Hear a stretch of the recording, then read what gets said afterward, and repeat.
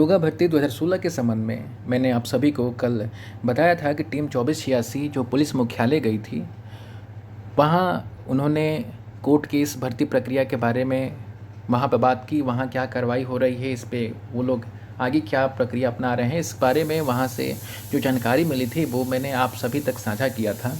इसी कड़ी में आज फिर टीम 2486 माननीय मुख्यमंत्री जी से भी मुलाकात करके इन्होंने अपनी भर्ती प्रक्रिया के बारे में, कोर्ट केस के बारे में, ऑर्डर रिजर्व है उसके बारे में और जो भी समस्याएं हैं उन सभी के बारे में माननीय मुख्यमंत्री जी को अवगत कराया।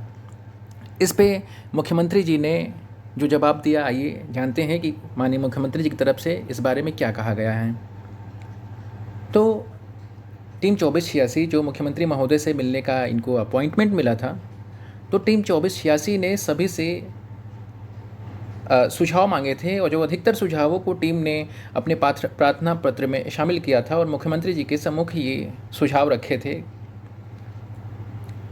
इसमें उन्होंने अवगत कराया माननीय मुख्यमंत्री जी को कि महोदय को सबसे पहले भर्ती के बारे में अवगत कराया गया कि किस स्तर पर क्या क्या प्रक्रिया हुई है।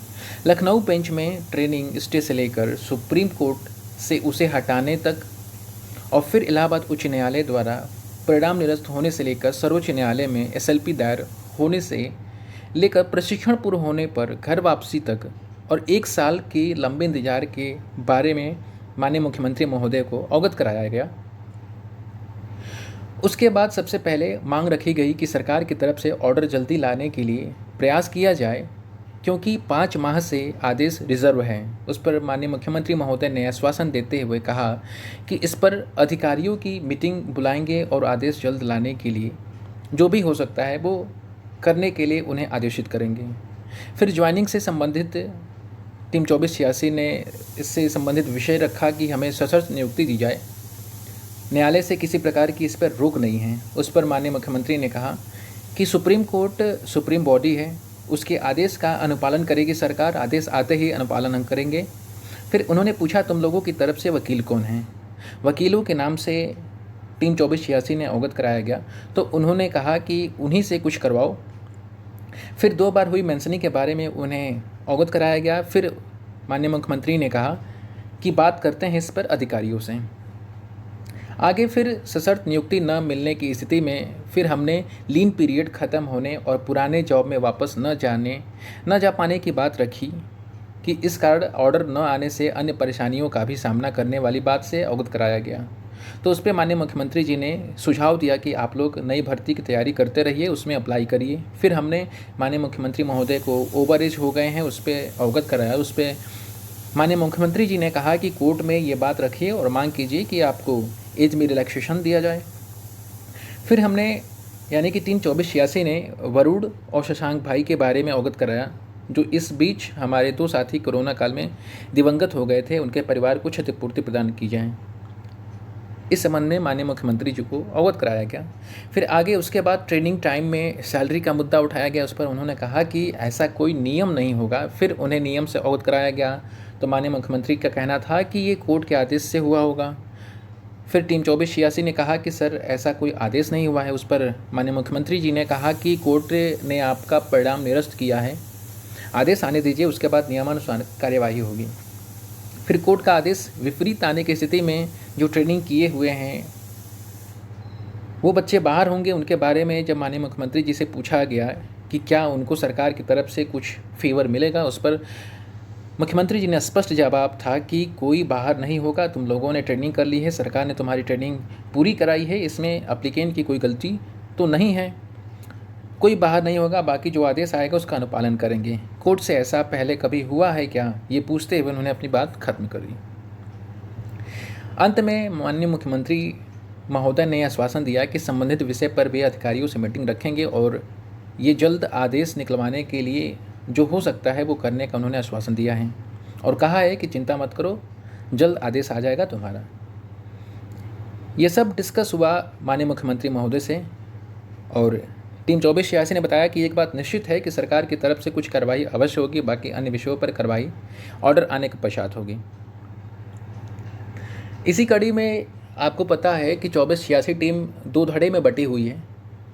उसमें से जो दूसरा पार्ट है, जो दूसरे पार्ट के लोग हैं, उनकी तरफ से भी इस जो मुख्यमंत्री जी से जो वार्तालाप हुई थी उसके कमेंट के बाद दूसरे लोगों का कमेंट आया।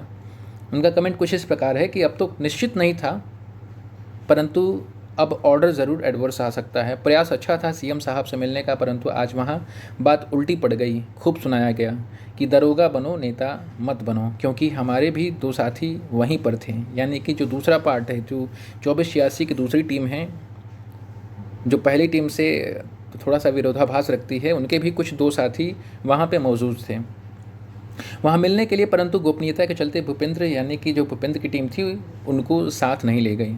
भूपेंद्र पार्टी के निकलने के बाद उन्होंने वहाँ जानकारी की, ये सब पता चला कि बताने को अब कोई कुछ भी बताए। खैर, उन्होंने एप्लीकेशन दे दी है कि स्टेट की तरफ से मेंशनिंग कराया जाए, परंतु आज सीएम साहब उनसे काफ़ी गुस्से में थे। तो ये जो कमेंट आया है, आप देख रहे हैं ये कमेंट, ये टीम 2486 का जो दूसरा पार्ट है, जो दूसरा ग्रुप है, उनकी तरफ से आया है, जो पहले ग्रुप से काफ़ी चीज़ों पे विरोधाभास रखता है। अब इन दोनों कमेंट के, यानी कि टीम 2486 के जो दोनों ग्रुप है, इन दोनों ग्रुप के कमेंट आने के बाद फिर सुशील वशिष्ठ का, यानी कि जो दूसरे पार्ट है, जो रापास अभ्यर्थी हैं, जो सुप्रीम कोर्ट में, हाई कोर्ट से जीत कर गए हैं, सुप्रीम कोर्ट में अपनी लड़ाई लड़ी है, उनके नेतृत्वकर्ता सुशील वशिष्ठ की तरफ से कमेंट आया कि रापास अभ्यर्थी जो माननीय उच्च न्यायालय इलाहाबाद से योग्य घोषित हुए हैं, वो आज सर्वोच्च न्यायालय से योग्य घोषित होने की प्रतीक्षा में है, परंतु लेट लतीफ़ी के कारण सभी प्रतीक्षारत हैं। कुछ प्रशिक्षु अभ्यर्थियों का सुबह माननीय मुख्यमंत्री जी से भेंट किया और वहाँ से उन्हें आश्वासन नहीं दिया गया, और जो पहले हर पोस्ट में कहा गया कि राज्य सरकार एवं उत्तर प्रदेश पुलिस भर्ती एवं प्रोन्नति बोर्ड किसी का भी नहीं है, वो वही करेगा जो सर्वोच्च न्यायालय आदेश देगा। शायद वो बात अब सभी को समझ में आ गया होगा। अगर सर्वोच्च न्यायालय माननीय उच्च न्यायालय इलाहाबाद के ऑर्डर को ही मानते हुए एसएलपी डिसमिस कर दिया, तो राज्य सरकार एवं उत्तर प्रदेश पुलिस भर्ती एवं प्रोन्नति बोर्ड बिना किसी झिझक के परिणाम संशोधित कर देगी। नया परिणाम रापास अभ्यर्थियों को ओवरऑल नॉमिनेशन से बनाई जाएगी। ईश्वर से सभी मनाइए कि ललित साहब सभी का भला करने का ऑर्डर दें, बाकी सब तो जो होगा वो सबके सामने ही आएगा। तो ये कमेंट जो किया गया है वो सुशील वशिष्ठ की तरफ से किया गया है। जो पूर्ववर्ती 2 कमेंट आए हैं टीम 2486 की तरफ से, उन कमेंट के ऊपर ये सुशील जी ने अपना मत रखा है।